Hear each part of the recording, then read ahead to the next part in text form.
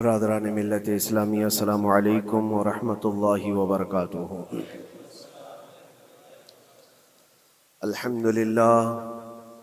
अल्हम्दुलिल्लाहिल हन्नानिल mannan अल्लज़ी खलक़ल इंसान व अल्लमहुल बयान वस्सलातु वस्सलामु अला रसूलिही सय्यिदिल इंसी वल जान व अला आलिही व अस्हाबिही ज़विल खैरि वल इहसान अम्मा बअद फ़अऊज़ु बिल्लाहि मिनश शैतानिर रजीम बिस्मिल्लाहिर रहमानिर रहीम। इन्नल्लाह ला युग़य्यिरु मा बिक़ौमिन हत्ता युग़य्यिरू मा बिअन्फुसिहिम व इज़ा अरादल्लाहु बिक़ौमिन सूअन फ़ला मरद्द लहु सदक़ल्लाहु मौलानाल अज़ीम। बारगाह रिसालत में आप सल्लल्लाहु अलैहि वसल्लम में दुरूद पाक का हदिया पेश करें। अल्लाहुम्मा सल्लि अला सय्यिदिना मुहम्मदिन मअदनिल जूदि वल करम व आलिहि व अस्हाबिहिल किराम व इब्निहिल करीम व बारिक व सल्लिम सलातन दाइमतन सरमदन अबदा। हालात ज़माना के एतबार से और हमारी हालतों के एतबार से एक बहुत ही उम्दा शेर है जो बिल्कुल सादिक आता है। क़ुव्वते फ़िक्र अमल पहले फ़ना होती है, क़ुव्वते फ़िक्र अमल पहले फ़ना होती है जब किसी कौम की शौकत पे ज़वाल आता है। यूं ही कोई कौम नहीं मरती, किसी कौम के ऊपर ज़वाल आता है तो सबसे पहले उस कौम के अंदर सोचने समझने की सलाहियत ख़त्म हो चुकी होती है, तब जाकर के ज़वाल आता है। आज इस शेर को मैं पढ़ता हूँ तो महसूस होता है कि हमारी कौम पर यह शेर सादिक आता है। क़ुव्वत फ़िक्र और अमल ये पहले रुखसत हो गई है जिसकी वजह से ये ज़वाल आ रहे हैं। लोग अब हादसों पर बैठ करके चर्चा करते हैं, हादसा होने से पहले जो फिक्र होनी चाहिए वो मफकूद है। घर जलने के बाद फिर मीटिंग करने का मतलब क्या है? उससे सेफ्टी के लिए पहले से इंतजामात हों तो उसको लायक व फायक और दानिशमंदी समझा जाएगा। आज के वही हालात है मेरे अजीजों। आपको पता है कुछ कौमें ऐसी हैं जो फ्यूचर प्लानिंग के लिए 100 साल के बाद का सोचती हैं, जबकि ये इस्लाम का हिस्सा था। नबी कौनैन सल्लल्लाहु अलैहि वसल्लम ने 1400 साल बाद होने वाली चीज़ों की पेशेनगोई फरमाई कि नहीं फरमाई? अल्लाह के नबी सल्लल्लाहु अलैहि वसल्लम ने 1000 साल बाद पैदा होने वाली चीज़ों को पहले से बताया था कि नहीं? ये सारी चीज़ें नबी आखिरुज़्ज़मान सल्लल्लाहु अलैहि वसल्लम ने जो बताया, मतलब यही था कि उस वक्त के लोगों को ज़रूरत तो नहीं थी उन हालात की, फिर भी हुजूर उनको बता रहे थे सहाबा को। आज जो चीज़ें पैदा होने वाली हैं वो रसूल पाक को पता था, 1000 साल बाद होने वाली चीज़ें, लेकिन उस वक्त के सहाबा को ये बातें क्यों बताई जा रही थी? उनके हालात तो उस वक्त के नहीं थे वैसे। उसके बावजूद नबी पाक सल्लल्लाहु अलैहि वसल्लम ने उनको 1000 साल बाद होने वाली चीज़ों की बातें इसलिए बताई कि ये दीन इस्लाम फ्यूचर प्लानिंग के लिए कितना एक्टिव है ये समझो। आगे के लिए इसलिए बताया गया कि सहाबा अपनी औलाद को और वो अपनी औलाद को, वो अपनी औलाद को ये बात मुंतकिल करते जाएं और आने वाले हादसों से पहले से जहन प्रिपेयर रहे, तैयार रहे। दज्जाल के फितने का जिक्र कितनी मर्तबा हदीस पाक में आया। उम्मत को नबी पाक सल्लल्लाहु अलैहि वसल्लम ने यूं ही नहीं छोड़ दिया। दज्जाल का फितना आएगा, याजूज माजूज का फितना आएगा, ये सारी चीजें बताई गई कि नहीं? हर मुसलमान तकरीबन जानता है आखिर जमाने में एक बहुत बड़ा फितना दज्जाल की सूरत में जाहिर होगा। तो ये बातें इतने 100 सालों से चल रही हैं कि जहन तैयार है उस फितने को कि अगर ऐसा फितना आया तो ईमान पर डटे रहना है, जमे रहना है। ये बात होती है आगे आने वाले हादसात से कौम को बाखबर रखना। आज जो हालात हैं, जब कभी कोई चीज लुट जाए तो सारे लोग सड़कों पर आ जाएंगे या फिर किसी नशिस्तगाह पर बैठ करके रात भर मीटिंग करके चले जाएंगे।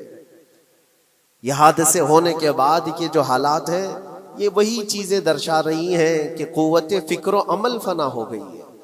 क़ियादत हमारे यहाँ मफकूद है, किसी एक कायद के तहत कोई सारी कौम आना नहीं चाहती। आप क्या समझते हैं कि जो हमारे साथ हालात पेश आ रहे हैं, कभी मस्जिदों को लेकर, कभी खानकाहों को लेकर, कभी बुजुर्गों के नाम को लेकर, अब हमारे वक्फ की जायदाद को लेकर, ये सारे जो मामलात हैं ये अचानक आने वाली चीजें नहीं है। भांप लिया गया है तुम्हारी पूरी तबीयत को, तुम्हारे मिजाज को, कि फिक्र अमल की कुव्वत इनकी खत्म हो चुकी है। इनको दो चंद चीजों में ही राजी किया जा सकता है। दुनिया ये समझ रही है, जिसकी वजह से खिलवाड़ पर खिलवाड़ होते चले जा रहे हैं, और उनको ये भी पता है कि ये कुछ ना कर सकेंगे। मेरे अजीजों, आप नाउम्मीद और मायूस ना हो कि हमसे कुछ नहीं होगा। अल्लाह करीम चाहे तो एक बंदे से भी पूरी धरती पर जलजला ला सकता है। अल्लाह करीम की जात पर यकीन और तवक्कुल रखो। सरकार गरीब नवाज हिंदुस्तान आए थे तो बहुत बड़ी फौज लेकर नहीं आए थे, अल्लाह की जात पर भरोसा करके आए थे, और 90 लाख लोगों के दिलों में चिराग इस्लाम जला दिया था। वो यकीन और तवक्कुल के साथ आए थे। आज लोगों के दिलों के अंदर जो मायूसी और नाउमीदी डाली जा रही है कि कुछ होगा नहीं, अभी कुछ करने से कुछ नहीं होगा, ये नाउमीदी और मायूसी तुम्हारी तबीयत में क्यों आई? क्या तुम्हारा रब तबारक व तआला की जात पर यकीन कमजोर हो गया? अगर ये इस तरह की बीमारी आई है तो फिर बदर पढ़ लेना। जब रसूल पाक सल्लल्लाहु अलैहि वसल्लम के साथ वो सहाबा जा रहे थे, उनको अच्छी तरह पता था कि सामने आने वाली फौज कितनी ताकत लेकर आ रही है।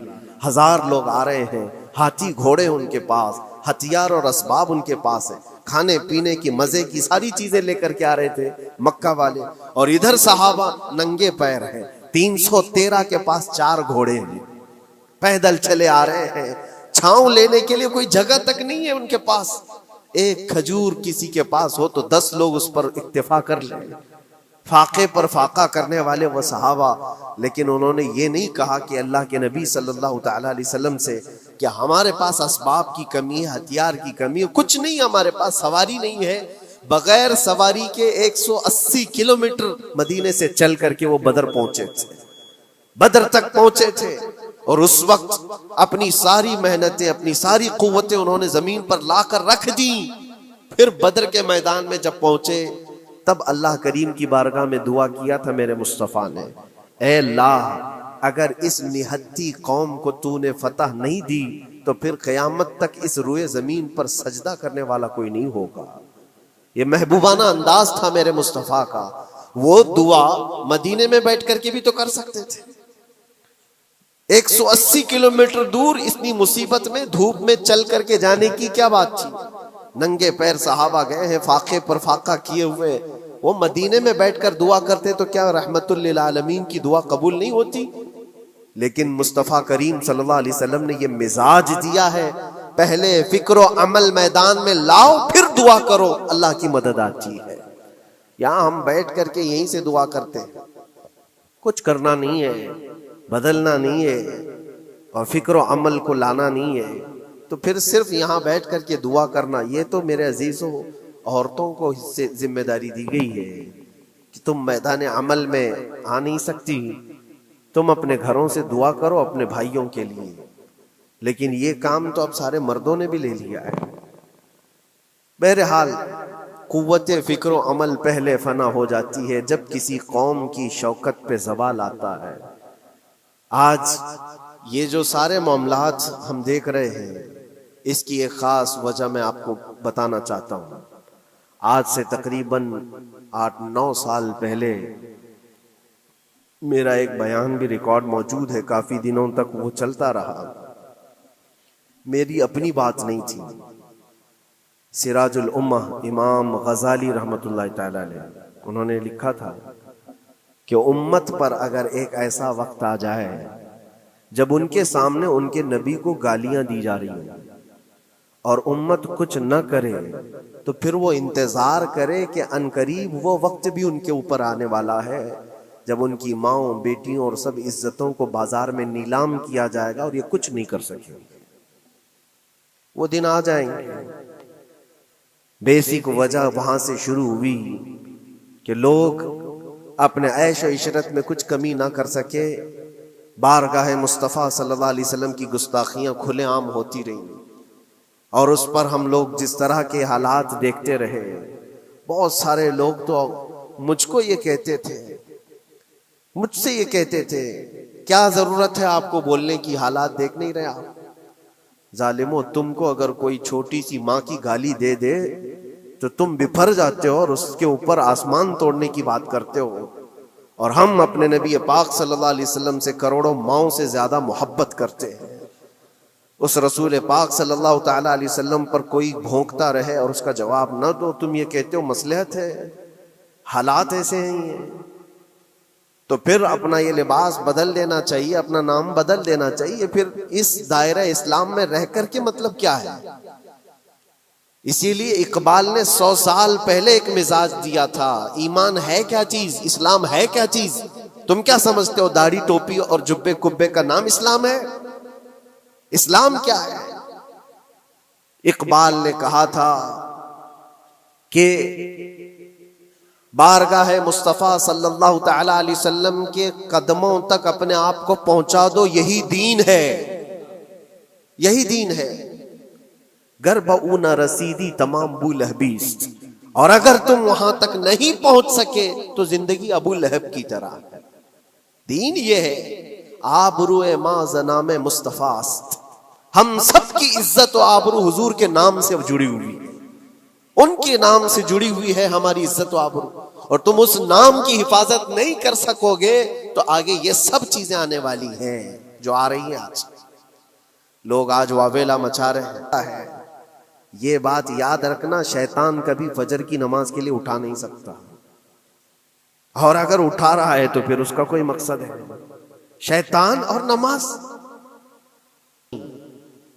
आज सत्ता उनके पास है, ताकत उनके पास है, हुकूमत उनके पास है, डिपार्टमेंट उनके पास है, सब कुछ, जुडिशरी, हर चीज उनके पास हो। वो क्या कर रहे हैं उससे मुझे मतलब नहीं।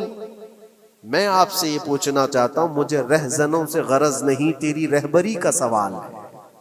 तुम खैर उम्मत हो, रसूल पाक की उम्मत में हो, तुम्हारी भूमिका जिसको कहा जाता है, तुम्हारी यहाँ पर जिंदगी के मामलात, ये बहुत ज्यादा अहमियत के हामिल हैं। तुम कैसे बन सकते हो आज?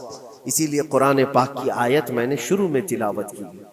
रब्बुल जलाल फरमाता है, इन्नल्लाह ला युगय्यिरु मा बिकौमिन हत्ता युगय्यिरु मा बिअनफुसिहिम, बेशक अल्लाह ताला उस वक्त तक किसी कौम की हालत नहीं बदलता जब तक वो कौम खुद अपनी हालत बदलने की कोशिश नहीं करती।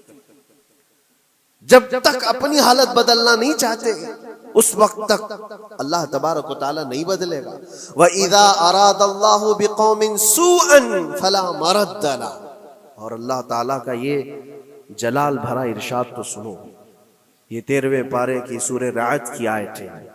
अल्लाह करीम फरमाता है, और जब अल्लाह किसी कौम के साथ सख्ती का मामला करना चाहे, पकड़ करना चाहे, तो फिर कोई ताकत उसको टाल नहीं सकेगी। रब तबारक व तआला जब किसी कौम पर अजाब लाना चाहे तो कोई उसको टाल नहीं सकेगा। तो बदलो। इसीलिए अक्सर ये कहा जाता, मैं तो अपनी तकरीरों में जो चंद मुझे चीजें याद रहती हैं वो अर्ज किए देता हूँ, बाकी मुझे शेर व शायरी ज्यादा याद नहीं रहती, लेकिन जो दिल पे लगती हैं बातें वो जहन में महफूज हो जाती हैं। किसी शायर ने कहा था, जगह जगह के थक चुके हैं तुम्हें ये हंगामे, नशाते लज्जते ख्वाबे गिरां बदल डालो। क्या मतलब है? रोज एक एक हंगामा होता है, तुमको जगा रहा है, उठ जा ए मुसलमान, उठ जा।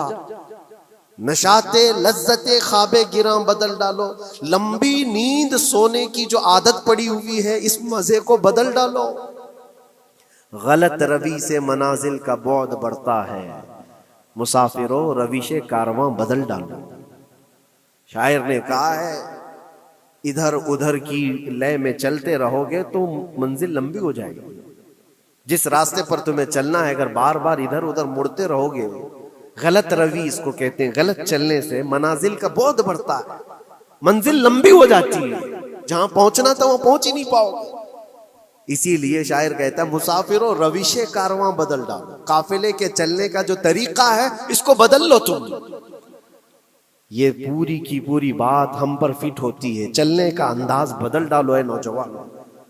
जहां किसी के घर में आग लगी हो, धुआं उठ रहा हो, और अगर कोई नौजवान अंदर बैठ करके ये कहता हो कि ये सावन का मौसम है या फिर ये आबरे रहमत है, तो उसकी सोच पर हम क्या कहें। जहां आज पूरी कौम कसम पुरसी के आलम में हो, उम्मत मोहम्मदिया के ये हालात आज देख रहे हैं, रोजाना देख रहे हैं। तुम शेयर तो करते हो, हर जगह शेयर करते हो, और सारे रील्स पर तुम जो देखते हो हंगामे रोज, सिर्फ हिंदुस्तान के नहीं पूरी दुनिया भर के फिलिस्तीन के मजलूम बच्चों की लाशें देखते हो और शेयर करके आगे बढ़ जाते हो। उनकी चीखें, उनके दाग के मलबे, उनका ढेर, उनके तबाह बर्बाद घर, एक एक कब्र में 80 लोगों की लाशें, ये सब क्या तुम नहीं देखते? शेयर करके आगे बढ़ जाते हो। यही तो हंगामे हैं जो तुम्हें दगा रहे हैं। जगह जगह के थक चुके हैं तुम्हें ये हंगामे खुद ही थक गए। ये उठता नहीं है, उठता नहीं है। एक दौर वो था 100 साल पहले का, जब यहां पर मौजूद अंग्रेज इस कौम को देखकर ये कहने पर मजबूर हो गया था, ये फाका कश मौत से डरता नहीं, जरा भूखों पर भूखा रहता है लेकिन मौत से डरता नहीं। रूह मोहम्मदी इसके बदन से निकाल दो। और रूह मोहम्मदी इनके बदन में थी। अंग्रेज थरथराते थे। इस कौम का कोई जवाब ही नहीं है। सबसे ज्यादा अगर किसी चीज से डराया जा सकता है तो मौत से, और ये कौम ऐसी है कफन तो अपने कंधे पर लेकर घूमती है, जहां मौत आ जाए सो जाए। ये फाका कश मौत से डरता नहीं जरा। रूह मोहम्मदी इसके बदन से निकाल दो। ये किसकी बात थी? अंग्रेजों की बात थी। और आज हालात बदल गए। सारा का सारा जमाना तुम पर आज भूखे भेड़िया की तरह झपट पड़ा हुआ है। और इन हालात में मैं आपसे सवाल करता हूं, एक तरफ तेज आंधियां चल रही, एक तरफ घर के अंदर आग लगी हुई, एक तरफ भूख और प्यास की शिद्दत सता रही हो, एक तरफ तुम्हारे भाई बहनों की बीमारियां सता रही हो। जब इतने सारे मामलात हो तो ऐ नौजवानों बताओ तुम क्या करोगे उस वक्त? रात भर बैठकर गेम खेलोगे? क्या ये गेम खेलने का वक्त है? उस नौजवान पर क्या ये अफसोस नहीं होता कि उसके पूरी उम्मत के हालात ऐसे हैं कि बच्चों की चीखें निकल रही हैं और इसको पबजी से फुर्सत नहीं है, रील बनाने से फुर्सत नहीं है, ये मुजरे करता हुआ घूम रहा है। मस्जिदें वीरान क्यों है, खाली क्यों है? तुमने मस्जिदों को वीरान रखा तो मस्जिदें तबाह होने शुरू हो गई, दूसरों की नजर होने लग गई और इस पर लोगों की गलत नजरें पड़ने लग गई। आ जाओ ऐ मुसलमानों, मेरे मुस्तफ़ा करीम सल्लल्लाहु तआला अलैहि वसल्लम की हिदायत पर एक बात चैलेंज के साथ कहता हूं। तुम्हारा नाम अगर नबी पाक सल्लल्लाहु अलैहि वसल्लम के नाम से जुड़ा है तो ये चैलेंज के साथ मैं कहता हूं, इस रहती दुनिया में तुम्हें पूरी ताकतें मिलकर वो इज्जत नहीं दे सकती जो मेरे मुस्तफ़ा के कदमों की वाबस्तगी देगी। कोई तुम्हें इज्जत नहीं दे सकता। तुम्हें वहीं आना पड़ेगा, उसी पॉइंट पर आना पड़ेगा जहां पहुंच करके खालिद बिन वलीद ने इज्जत पाई थी। उसी नुक्ते पर आकर जमा हो जाओ जहां उमर पहुंचे थे तो फारूक आजम बन गए थे। उसी नुक्ते पर आ जाओ जहां अली पहुंचे थे तो हैदर कर्रार बने थे। हर एक को इज्जत उसी बारगाह से मिली है। और जो कुछ भी मामलात हो रहे हैं उसकी एक वजह यही है, नामूसे रिसालत पर तुमने हल्केपन का इजहार किया तो फिर हमारे सारे मसले दांव पे लग जाएंगे। सारे मसले, ये तो वक्फ है, अभी देखो आगे कल तुम्हारी अजानें निशाने पर हैं, तुम्हारी जमात की नमाजें निशाने पर हैं, तुम्हारी मस्जिदें भी निशाने पर हैं कि तुम अपने घरों पर भी जुमा पढ़ सकते हो, छतों पर भी नमाजें पढ़ सकते हो। ये सब मामला आएंगे। बुर्का, हिजाब, टोपी, दाढ़ी वैसे ही चल चुके हैं मसले। हर चीज निशाने पर है। अरे तुम्हारे खाने भी निशाने पर है, तुम क्या खाओगे क्या बचाओगे ये भी निशाने पर है। ये सारे मसाइल सिर्फ इसी बुनियाद पर है। कुव्वते फिक्र अमल पहले फना होती है जब किसी कौम की शौकत पे ज़वाल आता है। और ये एक बात ये भी मैं बता दूं, इकबाल ने सच कहा था, उनके जो हम गुलाम थे खल्क के पेशवा रहे, उनसे फिरे जहां फिरा फिर आई कमी वकार। जो कुछ भी हुआ है हमारी इज्जत और वकार में कमी का मसला उनसे फिर जाने की वजह से, नबी पाक से तुम दूर हुए, ये इज्जतों और वकारों में कमी है। अजीब सी बात नहीं है, ये दोगलापन नहीं है। मैं उन नौजवानों से पूछता हूँ, नबी पाक सल्लल्लाहु अलैहि वसल्लम से सच्ची मोहब्बत का इजहार करते हो, हुजूर से अपनी जान से ज्यादा मोहब्बत की बात करते हो, लेकिन जब उनके अखलाक की बात की जाए तो तुम्हें अखलाक उनके पसंद नहीं है। हुजूर पाक का चेहरा नहीं पसंद है, हुजूर पाक के लिबास तुम्हें नहीं पसंद है, तो फिर कौन सी मोहब्बत की बात करते हो? अल्लाह के रसूल सल्लल्लाहु ताला अलैहि वसल्लम से तुम बेइंतहा मोहब्बत की बात करते हो, फिर वो मोहब्बत का तकाजा ये है कि तुम्हारी जाहिरी जिंदगी में भी तो नजर आए कुछ। मोहब्बत का तकाजा ये है, तुम शर्मा जाते हो, दुनिया क्या कहेगी मुझे, दुनिया क्या कहेगी, दकियानूसी कहेगी, फंडामेंटल कहेगी, पुराने जमाने का कहेगी, मैं चेहरे पर दाढ़ी रख लूं तो लोग मुझे पता नहीं क्या क्या कोसेंगे। तुमने दुनिया के लिए अपने आप को बदल लिया, ये नहीं सोचा कि ये वही दुनिया है जो 4 दिन के बाद मेरी दोस्ती को लात मारेगी और 4 दिन के बाद मुझे कब्र में रख करके मनो मट्टी पर दबा देगी, और मुझे जाना तो है, फिर कब्र में मुंह दिखाना है तो उसी मुस्तफा को दिखाना। जहां ये नहीं पहुंच सकते वहां रसूल पाक होंगे। महशर के मैदान में जहां कोई सहारा नहीं होगा, उस वक्त रसूल पाक तुम्हारा हाथ पकड़ रहे होंगे और तुमने उनका ख्याल नहीं किया।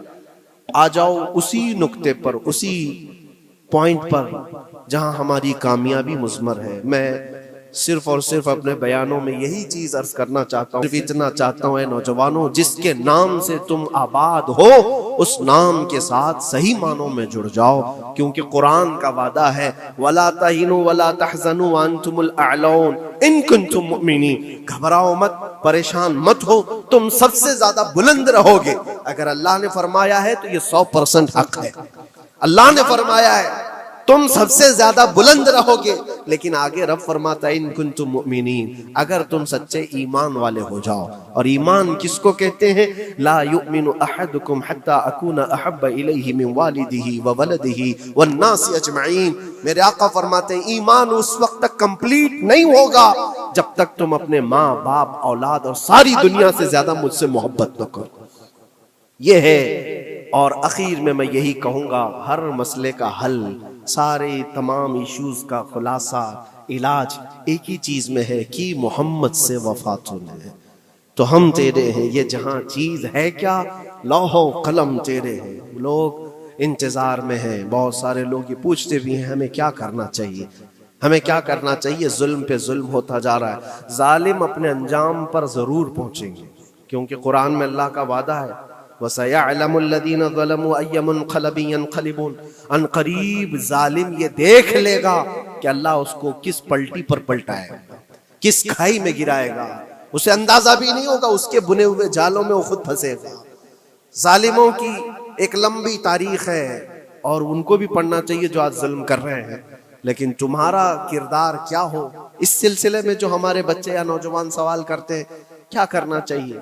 पहले सबसे पहली चीज मैं ये कहता हूँ, जितना खो चुके, जितने जा चुके और जो जो अब बर्बाद हुआ है, इस चीज पर मंथन करना, इस चीज पर बैठकर मीटिंग करना, उससे पहले मैं चाहता हूं कि आगे होने वाले नुकसानात से पहले अपने आप को बदल लो। आगे जो बड़े हादसात आने वाले हैं, आगे जो बड़ी आंधियां आने वाली हैं, उससे पहले अपने दरवाजे ठीक कर लो, अपनी जिंदगियां सुधार लो। जो हो गया अभी, ये नुकसान तो बहुत बड़ा नुकसान है उम्मत का। जो कुछ भी हुआ है, मस्जिदें, माबदें, खानकाहें, मज़ारात, औलिया की जात, बुजुर्गों के नाम, कुरान, इस्लाम, दीन, ये सारी चीजों पर जो जो हमले हुए, लेकिन आगे चल करके तुम्हारे वजूद पर सवाल होगा, तुम्हारी नस्लों पर सवाल होगा, तुम्हारे इल्म दीन पर सवाल, तुम्हारी मेहराब पर, तुम्हारे मिंबर पर। कल को देखना ये आजादी भी खत्म कर ली जाएगी, मिंबर से कोई खुले आम बोल भी नहीं सकेगा। ये आज जो हम बयान कर रहे हैं, आगे चल करके देखना ये आवाजें भी बंद कर दी जाएंगी, ये खुले आम कोई मौलवी बोल ना सके, जो हम चाहें वही बोले। मेरे अजीजों, उस वक्त के उन हादिसों से बचने के लिए मैं कहता हूं अभी अपने आप को बदल लो, मुसाफिरों रविशे कारवां बदल डालो।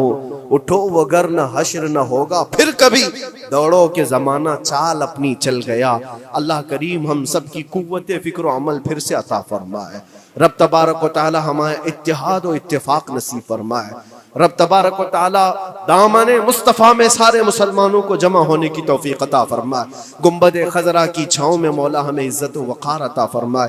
रब तबारक व तआला जालिमों को जल्द उनके ठिकाने पर पहुंचा दे।